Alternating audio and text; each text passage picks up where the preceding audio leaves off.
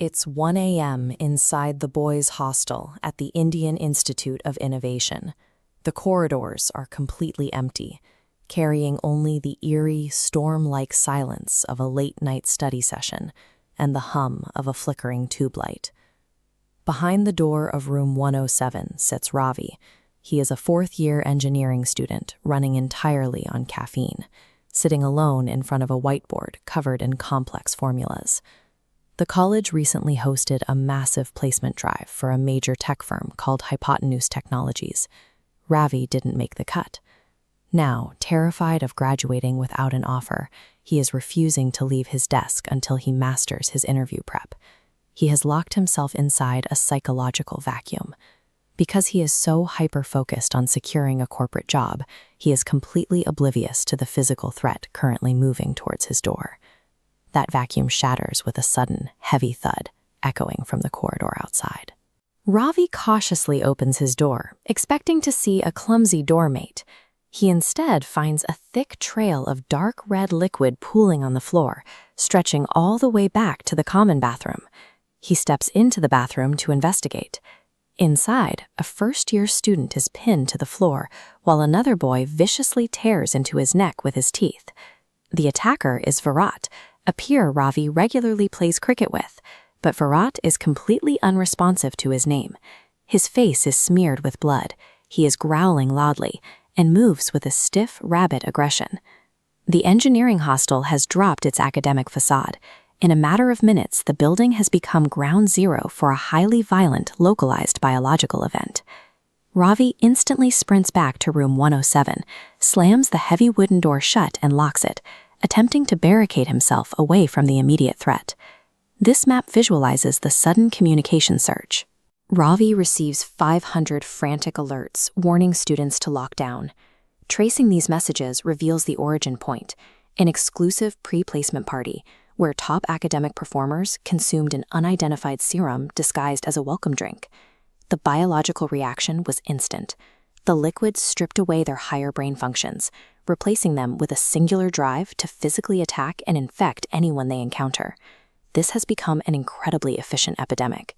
The campus is being methodically dismantled by its own highest achievers, who now serve as the primary vectors spreading the infection from room to room. Then, the campus infrastructure completely fails. The power grid drops across the building, plunging Ravi's room into absolute total darkness, illuminated only by the cold blue light radiating from his laptop screen. A distinct shadow falls over the gap under his door. First comes a slow, deliberate knock, then 3 louder strikes. Finally, the brass handle begins to violently shake side to side. The wood begins to splinter and crack. As the door completely gives way, Ravi grabs his heavy desk chair, slams it directly into Virat's head, and bolts through the broken frame into the hallway. He makes it out to the main campus gate, where the true scale of the problem becomes visible. Over 100 infected students, clothes torn and covered in bite marks, are moving together across the quad, their eyes of blank, glowing white. Running is no longer a viable strategy. The horde is perfectly synchronized, and the infection has outpaced any chance of evacuation, achieving total environmental dominance over the campus. With the main exits blocked, Ravi scrambles into the college library, throwing himself behind a massive row of engineering textbooks to hide. For a few agonizing seconds, the library is silent. It seems like the horde has moved past the building.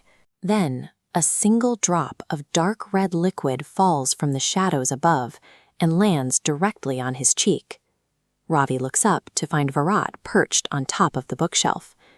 Virat leaps down, pinning him to the floor, as the rest of the infected crowd floods through the library doors and swarms his position. When Ravi's eyes finally open again, the pupils are gone, replaced by the same hollow, glowing white stare. The Indian Institute of Innovation has successfully converted its entire student body into a colony of zombies. Fortunately, a biological apocalypse taking out an engineering hostel is purely fictional. This highly calculated campus lockdown is actually the exact premise of the upcoming horror comedy film Indian Institute of Zombies. Written by the team behind Dindora and Farzi, the film takes this grim, high-stakes setup and turns it into a playground for the most absurd, hilarious survival tactics you could ever attempt in a college dorm.